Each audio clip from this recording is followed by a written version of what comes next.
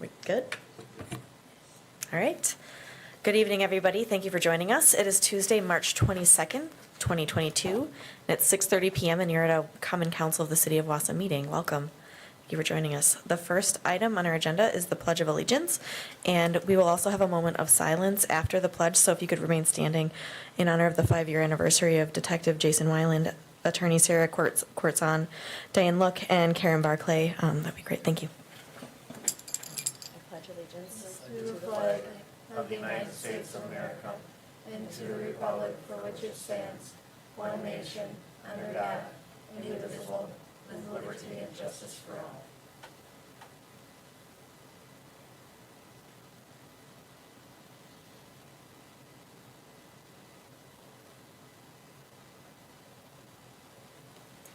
Thank you. All right, the next item on our agenda is roll call. Peckham. Aye, here. Martins. Here. Killian. Here. Neal. Here. Budinsky. McElhaney. Here. Rasmussen. Here. Watson. Here. Herbst. Here.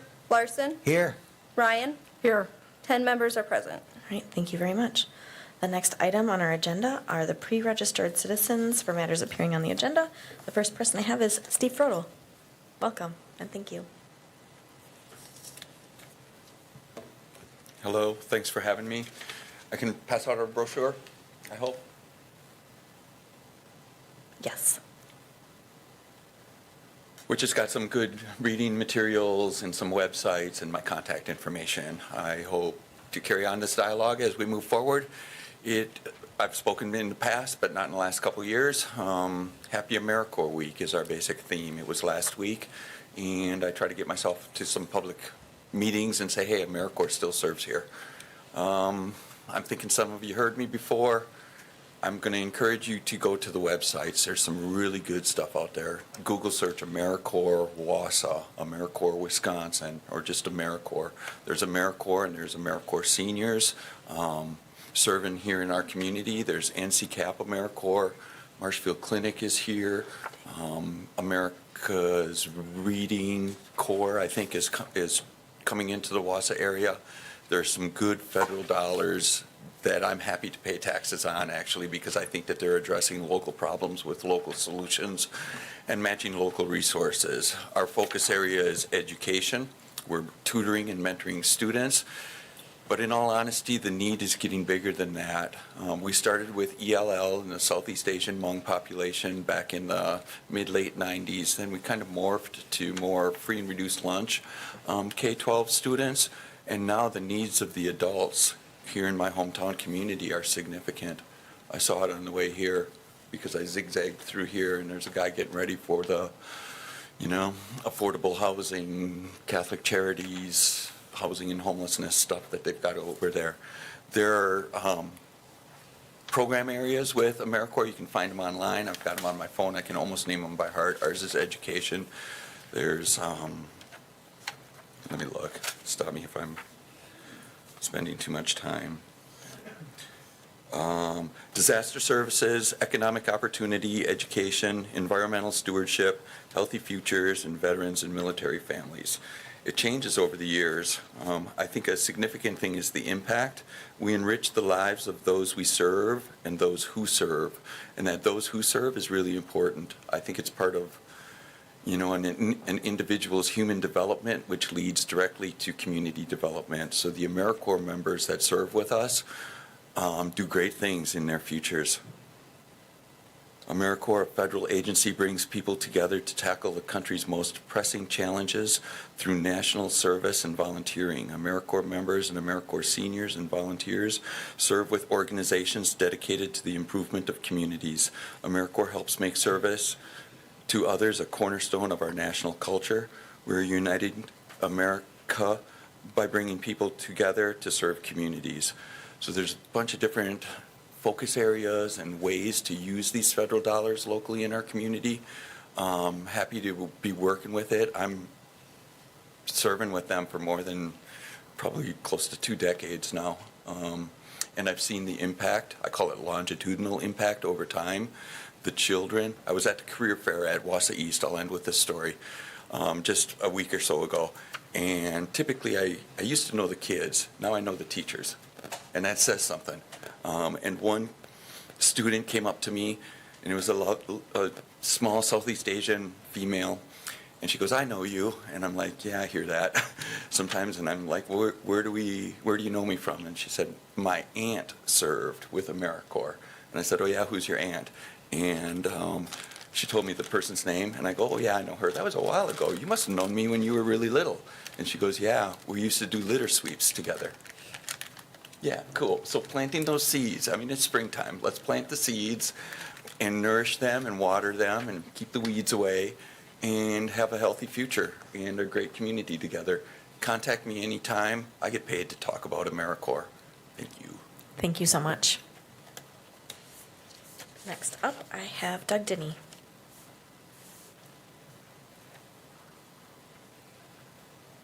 Hi, thanks. Doug Denny, 708 Fulton. And I can vouch for Steve. He just hit me up about a week ago.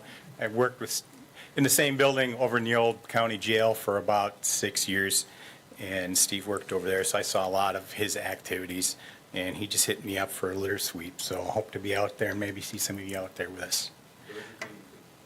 Oh, it's called Goodorsey Green and Clean. Thanks. And he also told me that story about seeing some of the alum out there, and he listed off about a dozen people. So you'd know them in the community were touched by that program. But main reason I wanted to talk tonight was the public comment section. It's kind of a repeat and an update of what I did a few weeks back, 4 weeks or so ago. City of Stevens Point introduced a citizen code of conduct for what you can and can't speak to at the podium. And I think if you've been watching the news lately, the Marathon County Rules Review Committee just implemented a recommendation on the public comment, limiting what people can say during the public comment section of the board meetings and committee meetings. So it was a kind of an in-jest warning that this could happen here, and actually, I didn't think it would happen here, but it is. It's hitting pretty close to home. It may seem like a little piece, but for marginalized communities, 3 minutes sometimes is all they have. Whether the person is speaking gibberish or on topic, you can't always tell, but it's not really our position to judge that. Speak gibberish for 3 minutes. You've got the gavel. Every committee chair has the gavel to keep alders in line, keep decorum, and you can keep your comment germane so that we're not violating open rules. But from the 3 minutes of public comment, we shouldn't restrict that beyond decorum and hostile environment. So that's all I have to say. Again, green and clean. Thanks, Steve. Thank you. All right. Next up, we have a couple of things I wanted to chat about. So the first item is Organizational Excellence Award given out at the Governor's WIDA Conference to McDevco. And I think maybe Tammy Stratz is going to tell us a little bit more about that. And we also have folks from McDevco, past and present. Thank you, Mayor. Don't want to take up a lot of your time, but I think this is really important. I'm sure everybody remembers Vicki. Past ED and Kim present. And the wonderful partnership that the city and McDevco has. This award came from Wisconsin Economic Development Association. Had some awards out last year, and Vicki saw it and went.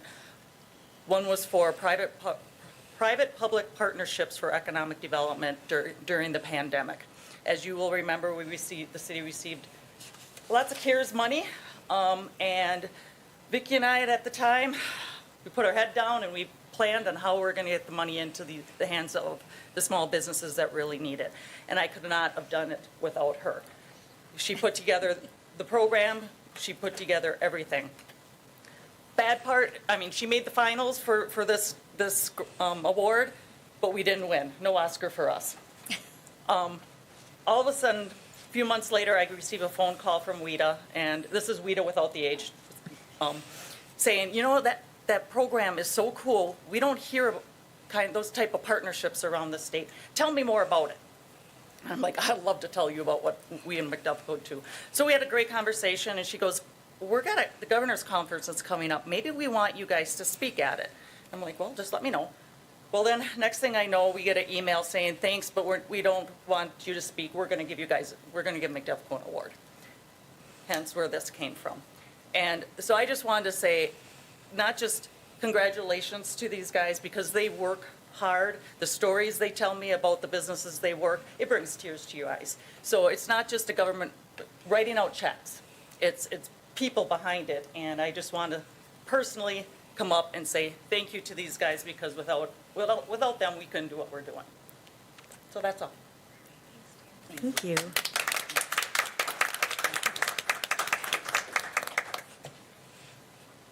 Okay, thank you so much. The next item I have is the Legacy Award through the Governor's Financial Literacy Awards program to Pam Anderson.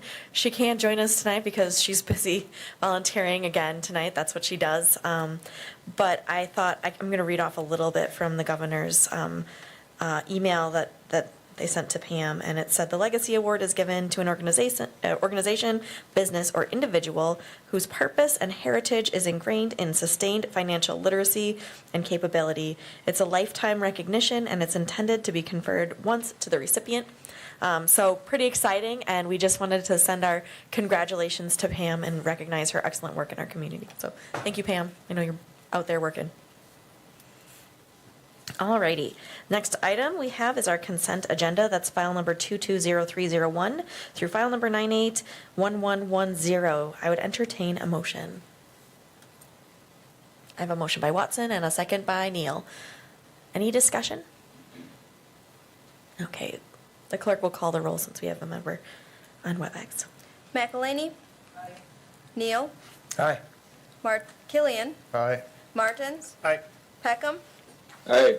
Ryan. Aye. Larson. Aye. Herbst. Aye. Watson. Aye. Rasmussen. Aye. Motion passes unanimously. All right, thank you very much. We are now on to file number 140310. It's a resolution from CISM approving an application for an urban non-point source and stormwater management construction grant. I would entertain a motion. Motion by Rasmussen, second by Larson. Any discussion? Okay, I think we're ready to vote. Neal. Aye. Killian. Aye. Martins. Aye. Peckham. Aye. Ryan. Aye. Larson. Aye. Herbst. Aye. Watson. Aye. Rasmussen. Aye. McElhaney. Motion passes unanimously. Thank you. We are on file number 210411. It's another ordinance from CISM creating an ordinance section 12.44.070, installation of parklets. I would entertain I have a motion by Neal, second by Larson. Any discussion here or questions? Alder Killian. Thank you, Madam Chair. I think this looks good. I just have one question based on the kind of pilot that was done, and it was done in my district. And one thing I observed and even spoke to a citizen about as the pilot was occurring was the change of certain spots reserved for those who may have a wheelchair or other challenge of that nature. Sometimes it states in the packet that it would be placed within, I think it was a block or so, if possible, and if not, it would warrant further consideration. One thing that I noticed is when this was done last time, what it did was move the space to an area where a wheelchair actually had to travel against traffic to get to that area of the sidewalk where the resident could then enter the sidewalk. And in my opinion, I think just in the vein of common sense, that creates some risk there. I had brought it up to, I believe, Public Works and Engineering to look at. Nothing was done at the time. Is there something that can be more specified in this that would preclude such situations from occurring in the future? I don't think we should ever create a situation where a wheelchair has to travel against traffic in that manner. Okay, I see that Alder Rasmussen, I'm thinking maybe you have an answer to that question. When we considered the situation with the existing parklet, because right now we only allow one per block face, but we have one of them.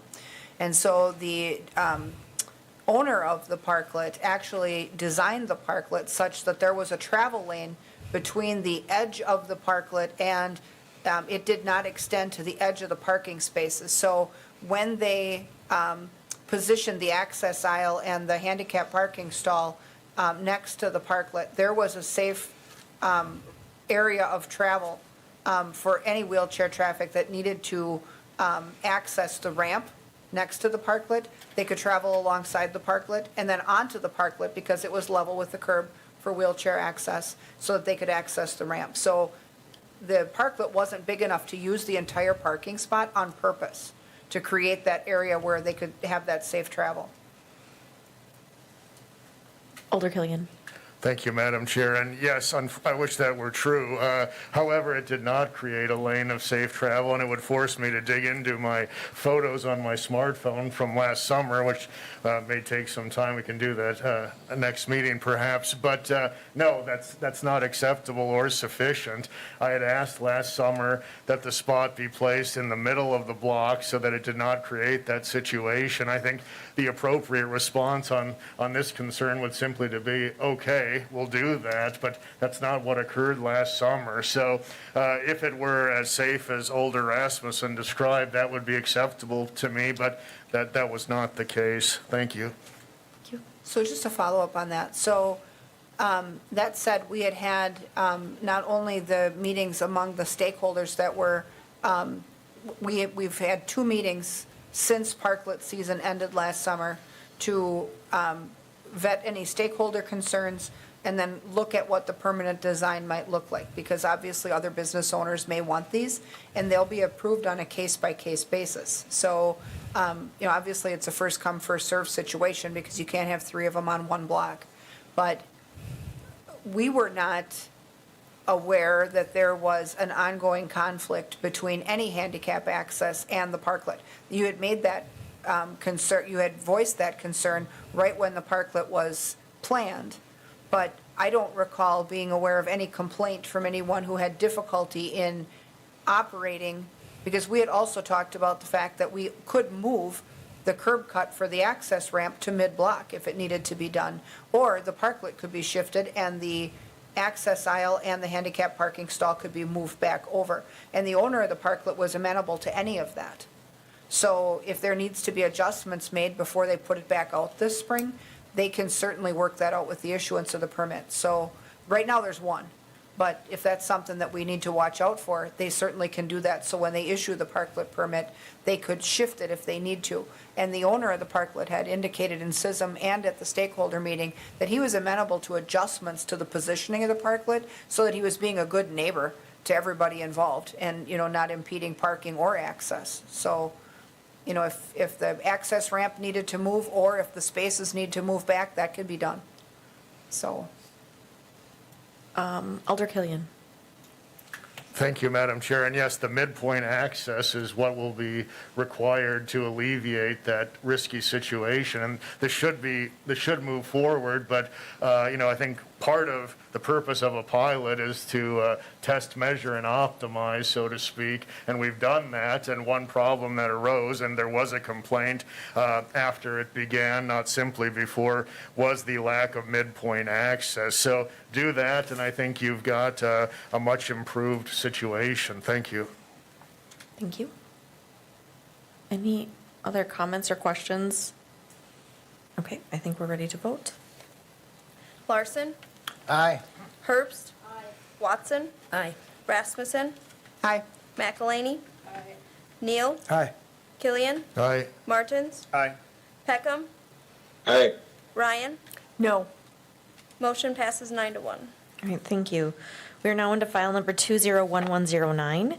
It's a resolution from the Finance Committee approving the 2021 budget modification to fund the recycling fund deficit. I would entertain a motion. I have a motion by Watson and a second by Herbst. Any questions or comments? Alder Larson. Thank you, Madam Chair. I can't support this because when I look in my packet, there was absolutely nothing there that said, no documentation, no, nothing in my packet on how we got to this deficit. All I see was the whereas, and because of that fact, I would like to either not support this or send this back to table it and send it back until all this information is available to the entire council. Okay. Marianne, maybe you want to give a So, the situation with the recycling fund, there's, and, you know, I think we did talk about this at the committee meeting. There's 3 activities that take place in the recycling fund: the curbside collection, the yard waste site operations, and the leaf pickup. And, you know, it's pretty easy to budget for the curbside collection because we have a contract with the hauler, and so it's a easy computation. The yard waste site is a relatively easy computation. There is, excuse me, some difficulties in estimating the leaf pickup, and that is because, you know, it's done by city staff, and so we budget for most of DPW's salary in the general fund because that's where most of their operations take place, the snow removal, the street maintenance, but this component takes place in the recycling fund. And so the guys at DPW, when they're doing work for leaf pickup, they track their time and it gets charged to that fund. And some years, depending on, you know, like how quickly the leaves fall, depending on how quickly winter comes, they work a lot at this or not so much at this. And so we're really trying to estimate. But if you think about it, if they're not being paid out of if they're not being paid in the recycling fund, they're being paid out of the general fund. So we've budgeted sufficient money for staff time. It's just in the wrong place because we estimated that they were going to use 200 hours in recycling, you know, to leaf pickup, and maybe they've used 220. Obviously, this is a very simplified explanation, but the other 20 hours are still sitting in the general fund, so transferring the money from the general fund to the recycling fund to match where the expenses were incurred, that's really what we're trying to accomplish. And so I think the minutes were maybe a little simplified because they didn't include any of that explanation, but the committee did hear that. What I'm saying is, you know, that's all fine and dandy, but because it's not documented in front of me, I am not going to authorize $42,000 just off the cuff because somebody says they need it. You know, there's nothing here. Sure. There's nothing here. I will say too, the other thing is, we're talking about water that's under the dam, right? I mean, the leaf pickup took place last fall. So the activity took place last year, you know, with vacancies in staffing. You know, the DPW staff have to manually calculate this and input it into the time system. That takes place right at the end of the year when people are busy doing other things too. And so those results sometimes are delayed. But again, the staff, whether they're paid in the general fund under street maintenance or in the recycling fund for leaf pickup, they're getting their regular wages. It's just how it's allocated. So it doesn't change the fact, you know, and I understand what you're saying, Lou, but the expenses have been incurred because it's staff expenses. Okay, I have Alder Peckham's hand is up, so it's virtual Yeah, hand. thank you. Yeah, I was also, like Alder Larson, was also wondering about that, you know, in the committee minutes that we were given, it was just that topic was introduced and it was approved, so I appreciate the explanation and I plan to support this. I also didn't know that recycling fund covered leaf pickup, but Oh, yeah. makes sense to So, And really, if I can just add one more, the reason we put leaf pickup in the recycling fund is that is an eligible activity for our recycling grant. All three of those activities are eligible because it keeps the leaves out of the landfill. So it is eligible cost. So that's why it's in the recycling fund. yeah, it's a good program, well-run, thanks. Thank you. Alder Rasmussen. Thank you. I think that it's important to recognize also for the public who watch this happen is that this is not new spending. So whether you pay those same workers to remove snow, sweep streets, or pick up leaves, they earn the same pay from the same budget that we've already approved. And so for the sake of transparency, often we will move and finance money between line items so that the expense lines up in the proper category, but it's money that we had budgeted for all along to make sure that our budget reflects where we actually spent money, like the tasks we actually did. So it isn't new money, it's the same money, but we need to make sure that our expenses and our line items match. And so it really becomes more of a ministerial function. If we needed more money and needed to approve new money for the activity, that's totally different. But we do this a lot. I mean, even when we move line items between department budgets where they may have an overage in one area and a surplus in the other, just to true it up so that their budget balances. Alder Larson. Thank you, Madam Chair. I would just ask that in the future then that the expenditures and stuff be listed in our packet so everything is clear to all the council members here and to our constituents, that we're not just authorizing $42,000 out of the sky, and that there's actual documentation about where it's coming and where it's going, even though it's already been previously budgeted. Thank you. Yep. Thank you. I'm not seeing any other hands raised, so I think we're ready to vote. Peckham, Aye, Martins, Aye. Killian, Aye. Neal, All right. McElhaney, Rasmussen. Aye. Watson. Aye. Herbst. Larson. Aye. Ryan. Aye. Motion passes unanimously. Right, thank you. We're now on to file number 211109, another resolution from the Finance Committee approving the 2022 budget modification to fund the 2022 sidewalk project. This has no explanation either. Okay. I have to talk to Mary. Is there anyone with a motion? I have a motion by Martins and a second by Watson. Any discussion? I'm not seeing any. Herbst. Larson. Aye. Ryan. Aye. Peckham. aye, Martins. Aye. Killian. Aye. Neal. Aye. McElhaney. Rasmussen. Aye. Watson. Aye. Motion passes unanimously. Thank you very much. We're now on to file number 211109, a resolution from the Finance Committee approving renewal of leaf baling equipment contract with Bauman Lawn Care and Landscaping LLC and amendment of terms and sole source justification. Do I have a motion? Motion by Rasmussen, second by Herbst. Any discussion here? Alder Larson. Thank you again, Madam Chair.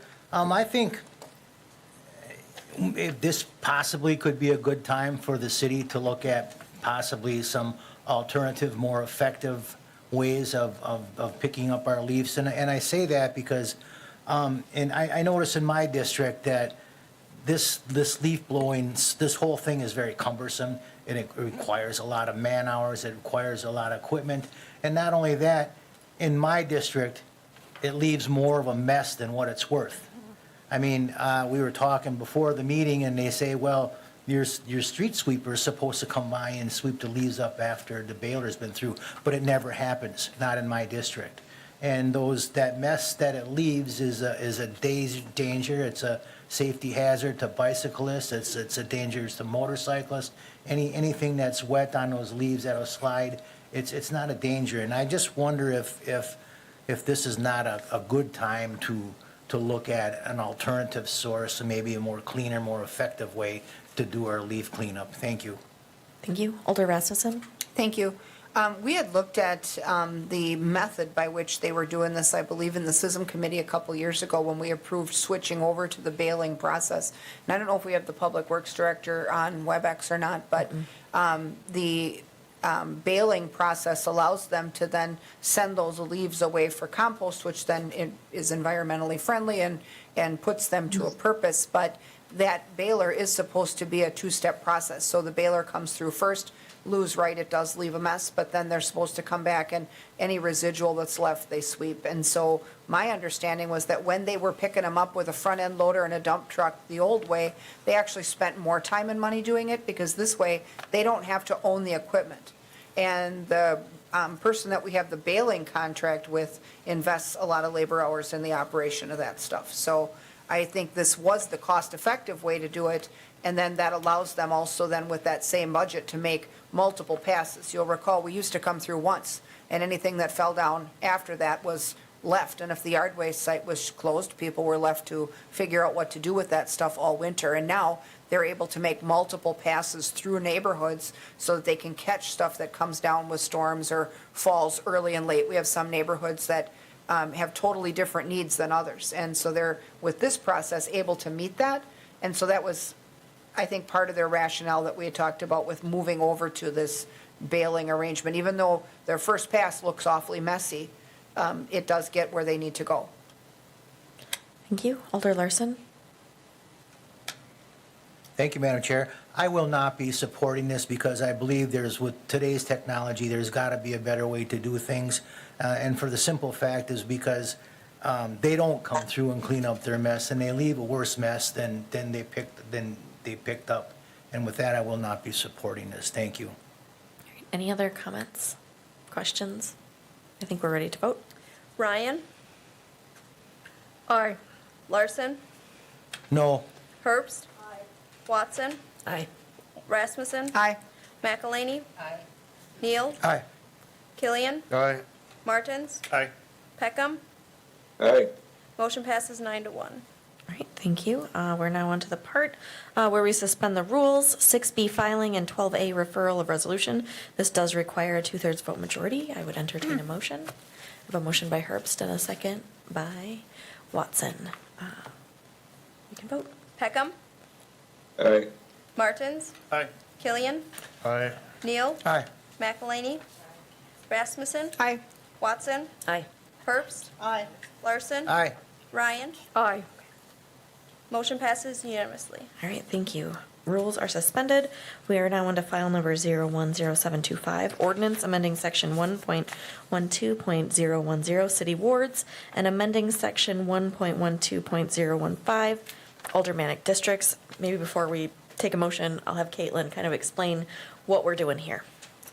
Yeah, so I was notified late last week that with the new legislative maps, with the redistricting following the 2020 census, that a Wisconsin Assembly District line cuts through our Ward 3 in the city of Wausau. So state statutes say that if a ward split, a state map splits a local municipal district, that you need to create a new whole number ward. So this ordinance amendment would both create Ward 24, and it would also then update the census blocks and tracts for Ward 3.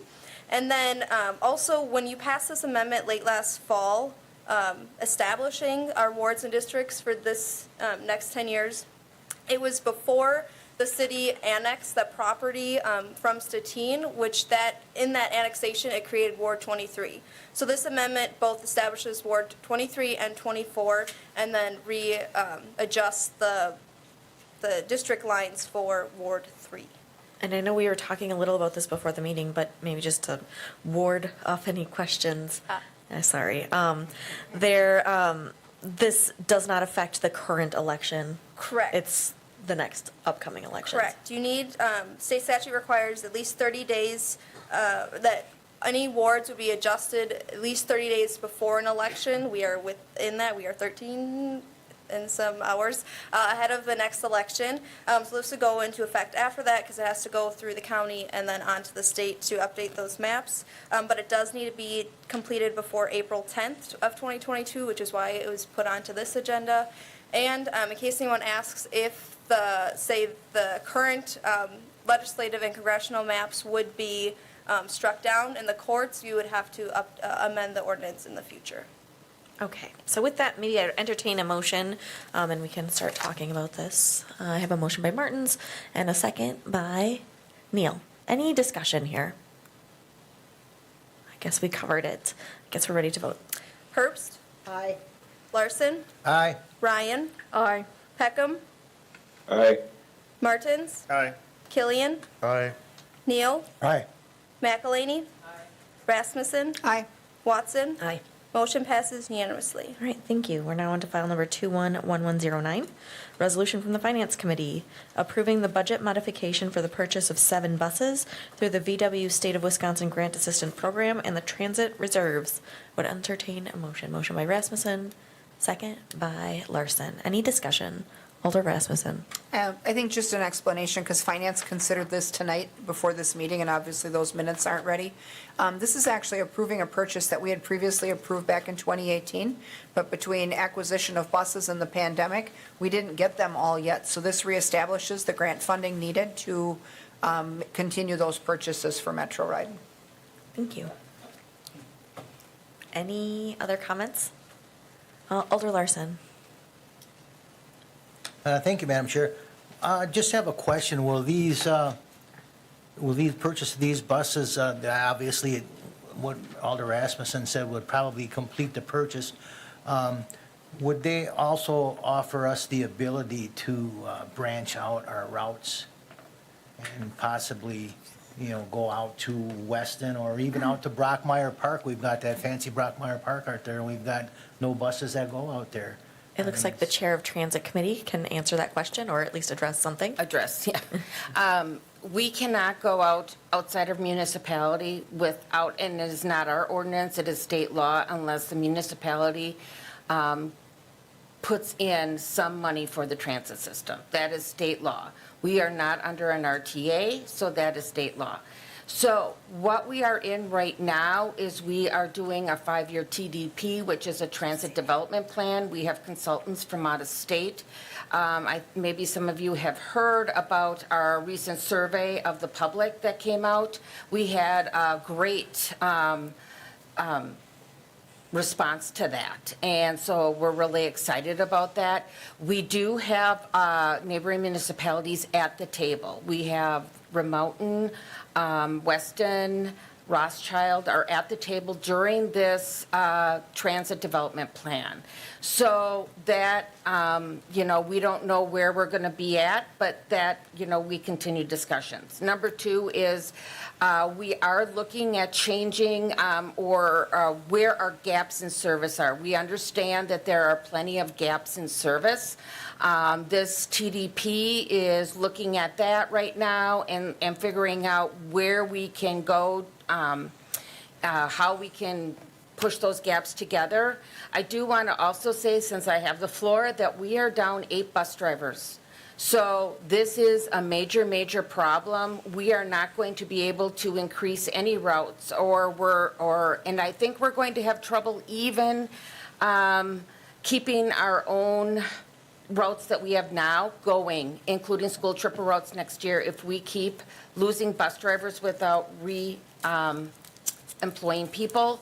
So I think that the council needs to know what's going on with that, and that we are at a stretch. We at Transit had to turn down supplying buses for one of the area events in District 1 this year. We like to give our bus services for these type of events, but we do not have the bus drivers to do it anymore.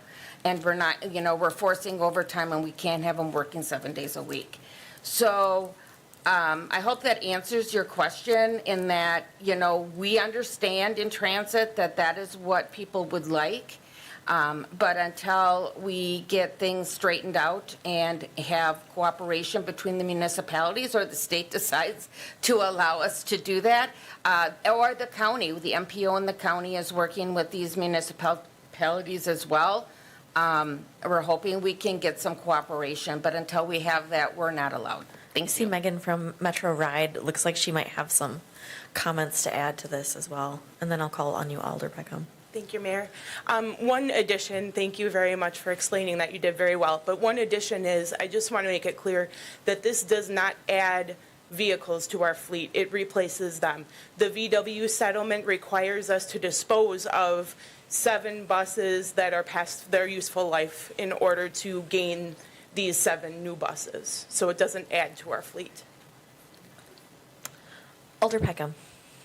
Yeah, I just was gonna add, there's a little extra money in there, that might warrant explanation. That's because when you get these buses, they're not bare bones or anything, but they are standard, and our, system wants certain, features in each bus, cameras, stuff like that. And so that's kind of local customization, I guess you would call it. So just getting those buses set up to be used in our system. So that's the explanation for the not very large extra amount of money. Thank you. Alder Ryan, it looks like you're good? Okay. All right, we are ready to vote. Ryan. Aye. Larson. Aye. Herbst. Aye. Watson. Aye. Rasmussen. Aye. McElhaney. Aye. Neal. Aye. Killian. Aye. Martins. Aye. Peckham. Aye. Motion passes unanimously. All right, thank you. Now we're into file number 030306. It's a resolution from the Finance Committee authorizing the write-off of certain uncollectible delinquent personal property tax accounts from the city's accounting records. Did you want to give a little brief? Sure. This is something that we do every year. State law allows us, prior to April 1 annually, to take any of our delinquent personal property and charge it back to the school, the county, and the technical college, because they are getting paid for their full amount. And so it allows us to share that delinquency with them, and that needs to take place before April 1st.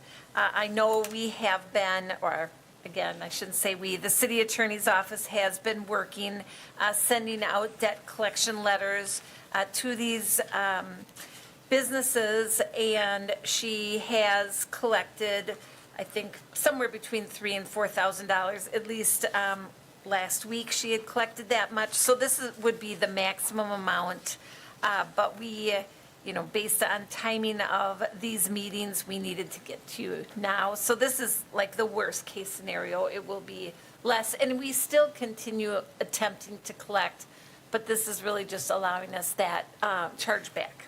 All right, I would entertain a motion. Motion by Rasmussen, second by Herbst. Any discussion or questions? I'm not seeing any. Peckham. Aye. Martins. Aye. Killian. Aye. Neal. Aye. McElhaney. Rasmussen. Aye. Watson. Aye. Herbst. Aye. Larson. Aye. Ryan. Aye. Motion passes unanimously. All right, thank you. We're on our last opportunity for public comment. If anybody didn't get out what they needed to, you can have 3 minutes, otherwise. All right, I would take a motion to adjourn then. Motion by Watson, second by Larson. All those in favor can signify by saying aye. Aye. Any opposed? We're adjourned. Thank you.